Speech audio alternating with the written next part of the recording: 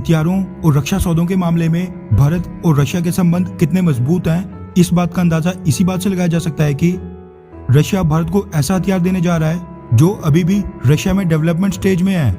और even Russia ने भी इसका इस्तेमाल अभी तक नहीं किया है। जी बिल्कुल सही सुना आपने, भारत और रशिया के बीच एक और बहुत ही बड़ी मल्टी बिलियन डॉलर्स की डील होने जा रही है,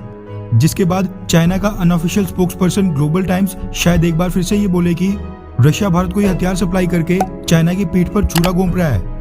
क्योंकि जो हथियार हम रशिया से खरीद रहे हैं वो केवल और केवल चाइना के खिलाफ ही इस्तेमाल होगा, यानी चाइना से लगती सीमा पर तैनात होगा, जो कि चाइना के लिए किसी मेजर सेटबैक से कम नहीं है। आपको याद होगा कि गलवान घाटी की घटना के फौरन बाद भारतीय सेना ने अपने टैंक्स, आर्टिलरी, तोपें, आर्मर्ड व्हीकल्स ये सब के सब लद्दाख LAC के आसपास सभी फॉरवर्ड लोकेशंस पर तैनात कर दिए थे। उस डिप्लॉयमेंट के समय भारतीय सेना को लाइट टैंक्स की बहुत ही ज्यादा जरूरत महसूस हुई, क्योंकि जो उस समय हमने T-90 टैंक्स डिप्लॉय किए थे उनका वेट 46 टन था, जिसकी वजह से लद्दाख LAC के पास पथरीले पहाड़ी इलाके में उनकी डिप्लॉयमेंट और मूवमेंट में काफी ज्यादा समय और दिक्कतों का सामना करना पड़ रहा था। वही अगर लाइट टैंक्स की बात करें तो लाइट टैंक्स को भारतीय सेना एयरलिफ्ट करके एक जगह से दूसरी जगह लैंड कर सकती थी। C-17 ग्लोब मास्टर से उनको पैराशूट की मदद से एयर ड्रॉप किया जा सकता था। साथ में किसी भी युद्ध वाली स्थिति में उनकी मूवमेंट और डिप्लॉयमेंट आम टैंक्स के मुकाबले काफी तेज गति से हो सकती थी,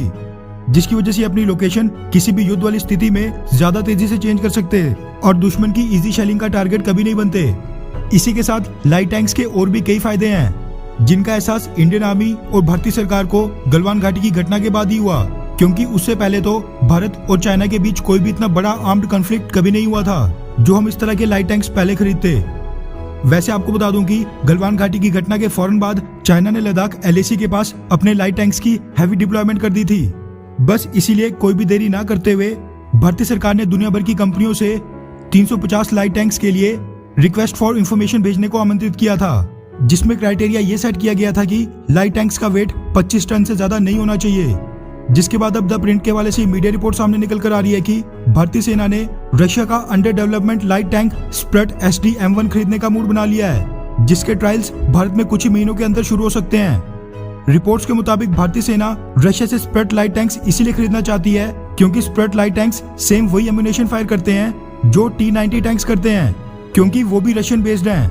यानी लाइट टैंक्स के लिए नए तरह का एम्यूनेशन मैन्युफैक्चर या प्रोक्योर करने की झंझट बिल्कुल खत्म ही हो जाएगी। साथ में रशिया के स्प्रट लाइट टैंक्स खरीदने का एक और फायदा है कि इनकी मेंटेनेंस, लॉजिस्टिक्स और रिपेयर में भी भारतीय आर्मर्ड कॉर्प्स को भी कोई मेजर दिक्कत का सामना नहीं करना पड़ेगा।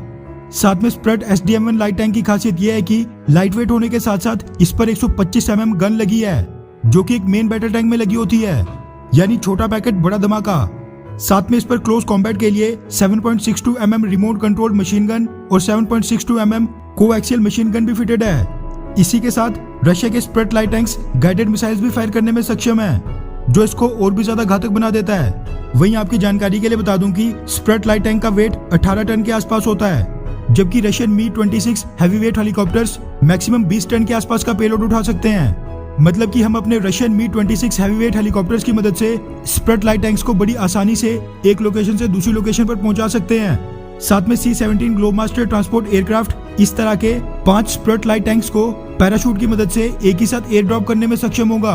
वैसे अगर आपके मन में चिनूक के बारे में ख्याल आ रहा है तो आपको बता दूं कि चिनूक की पेलोड कैपेसिटी 10 से 12 टन की है, इसीलिए चिनूक इनको एयर ड्रॉप या फिर एयरलिफ्ट नहीं कर सकता है। मीडिया रिपोर्ट्स के मुताबिक ये टैंक्स रशिया में डेवलपमेंट की लास्ट स्टेज में है,